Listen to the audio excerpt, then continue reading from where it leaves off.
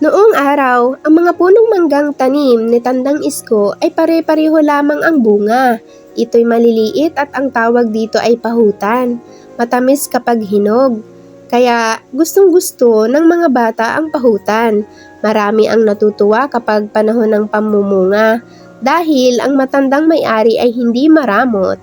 Minsan, may magandang dalaga sa manggahan ni Tandang Isko ay dumaan. Kusang loob na inalok ito ng mga hinog na mangga ni Tandang Isko.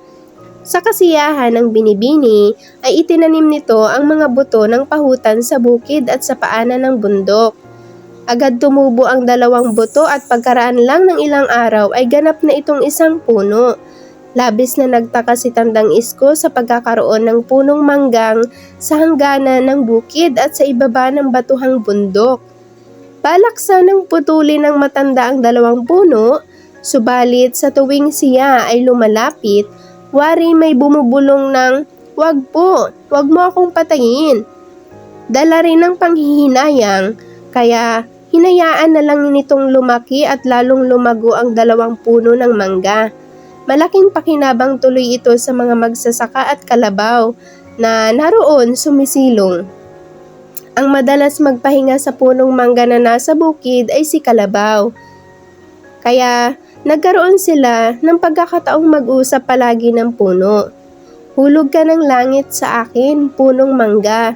Dati-rati, init at sa katanghaliang tapat ay aking tinitiis. Subalit nang ikaw ay sumibol, pagal kong katawan ay binigyan mo ng ginhawa. Kaya kapag sa iyo ay may nagtangkang pumutol, humanda sila sa sungay kong matutulis. Salamat sa iyo, Kalabaw, at ako ay iyong ipinagtatanggol.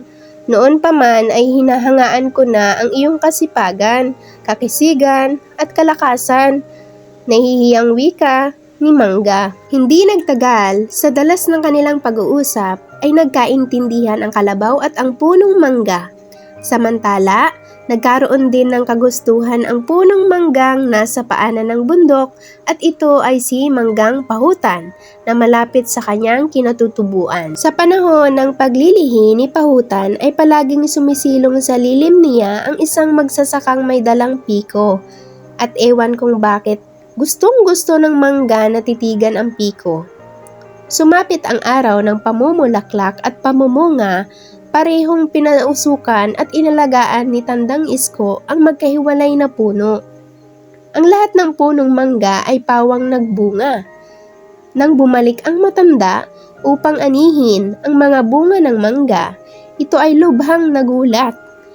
Ang dalawang puno na hiwalay sa karamihan ay magkaiba ng hugis at laki ang kanilang mga bunga. Hindi lubos maisip ni Tandang Isko kung bakit nagkakaganon.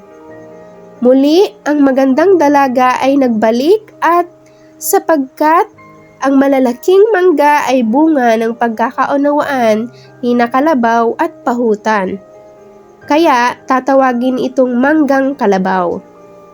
Bagamat magkawangis sa laki ang mga bunga nila ng kanibilang puno ay may pagkakaiba pa rin sa hugis at sa kanilang sukat dahil ipinaglihi ito sa piko. Kaya makikilala ito sa tawag na Manggang Piko.